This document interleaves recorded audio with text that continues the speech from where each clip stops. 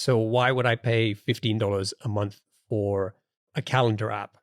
So I'm sure you kind of faced that issue. And it's like, what were some of the challenges that you faced trying to sell that for $15 a month? Yeah, that's a very good question. Like you mentioned, there are a lot of free options out there. And I will say Google Calendar, for the record, is a fantastic app. We've studied a lot. I think it's one of the better built apps out there, even though a lot of people like to dunk on them when they come to Vimcal. I actually say, no, I love Google Calendar. And like you mentioned, it really depends on who you're building it for. I like to call calendar and email the pillow apps. If you think about the first apps you open in the morning when you're in bed, or the last ones you close, when you're in bed at night, it's usually probably email, calendar, TikTok, iMessage or WhatsApp. So there are these 5 or 6 apps that are prime real estate that everyone uses, white collar, blue collar, jobless, employed, doesn't matter, right? And so, first of all, it's a huge market. Second of all, if you build the best experience for any of these apps, you definitely have a huge market.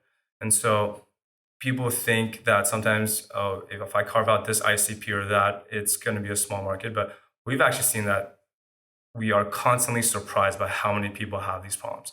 So going back to your question, which is all these free options, like how do we deal with that? There are a lot of people who are not satisfied with an app that is built for a billion people, which is like Google Calendar or Outlook. There are a lot of people with very specific needs, and it actually messes with their day-to-day work. A lot of people have to schedule meetings in other time zones with 3, 4 people whose calendars they have to check conflicts for.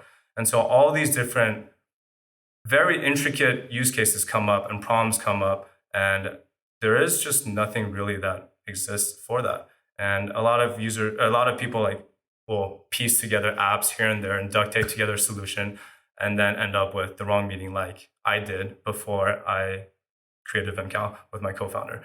So we are always surprised by just how many people that we can surface. And the number's growing every day.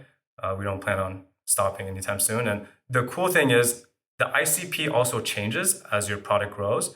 And as you add more features, you can actually target more ICPs. So in the early days, very early days, it was founders, VCs, and then our ICP became people with very busy calendars.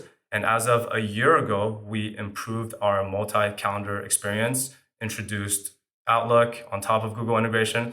And now our newest ICP, or one of our newest ICPs, is people who have like 4 or 5 calendars. So there are a lot of consultants out there with 4 or 5 gigs, and they're connected to 4 or 5 companies, Google or Outlook accounts, and they just need to see it all in one place.